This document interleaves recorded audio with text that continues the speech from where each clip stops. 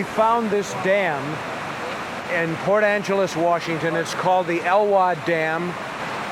When I first looked at the waterfall it can create and the fact that that can be created in approximately 1 minute from a little trickle, as you see, to a gigantic waterfall, I get inspired. I mean, originally in the script, he was not going to fall off a cliff and dangle over a waterfall.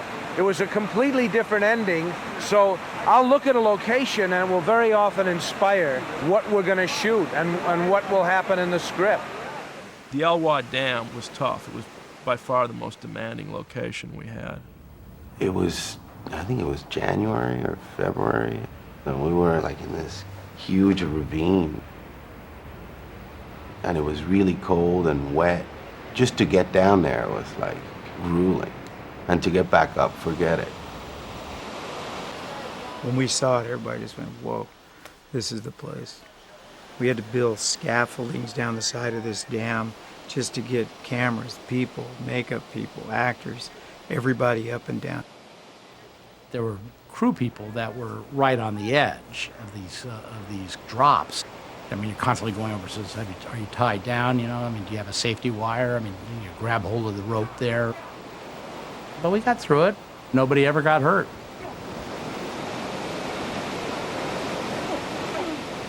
The job at hand was to create the illusion of danger without experiencing the real thing. That's what we really work at. It was a little treacherous.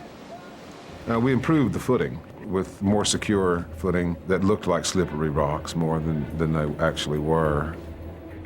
We made it rubberized. We rubberized all the rocks. In fact, the whole set was rubberized, so if they fell, it wouldn't be hit in the head. It was cold and wet for everybody. Maybe a little colder and wetter for those of us who spent a lot of time in the water.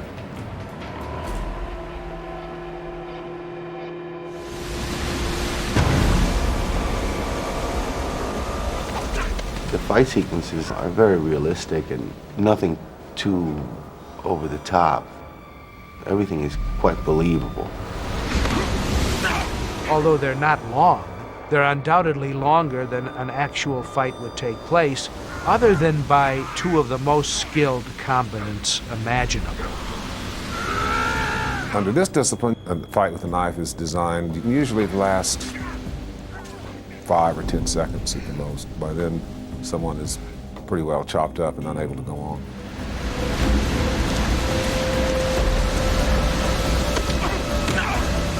We had the two foremost experts in Kali knife fighting as technical advisors on the film who came aboard through Tom Brown.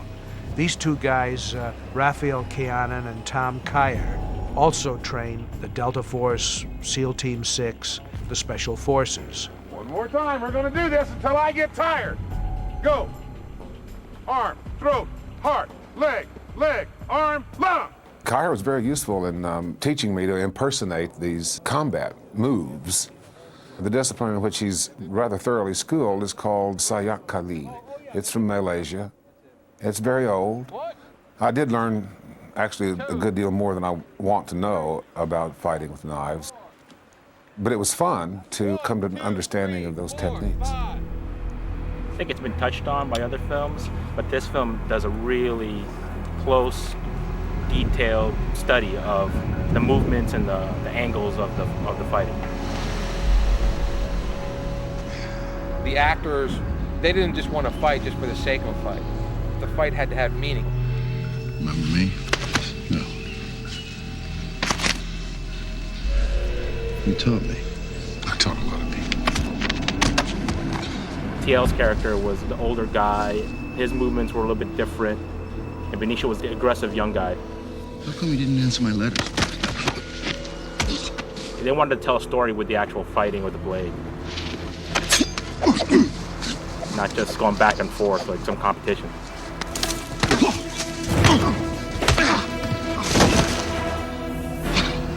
One more time. 1, 2, 3, 4, 5, 6. 5 count templates? Yeah, Vital but template, we need yeah. to see. 5 count TL vital showed to templates. us. Okay. We usually work with some kind of aluminum trainers. You can use it without injuring your training partner, These are stiff so that if I take his hand and if I want to do a disarm, I can do it without the blade bending, and I can take it out. If it's a rubber blade, it just bends over, it doesn't work right, it flaps around. You need a new knife, man. You need to have a stiff blade for that. Quiet, guys, from the top. So we go through it slow. If I come in here with this attack, he would have a way of blocking this arm at the same time hitting a lethal target on me and puncturing. And no matter what attack I come in with, he's going to have a way to finish me. So he's going to have to do both. He's going to have to deal with my attack, at the same time be aggressive. A knife fight between two skilled fighters is a nasty thing where one guy goes to the cemetery and one guy goes to the hospital. Cut! Do one more. The stunt guys, they think about every contingency, what can happen. They're unbelievably skilled and professional in the way that they do things. You really have to get someone who's knowledgeable about how it goes on the screen. And that's when Buddy Joe came in and gave us an education.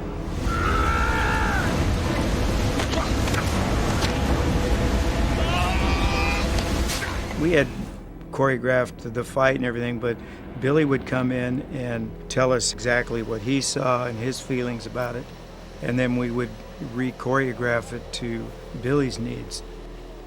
He's a guy that really knows action. It's close quarter, and there's no slow motion. It's super fast and extremely lethal.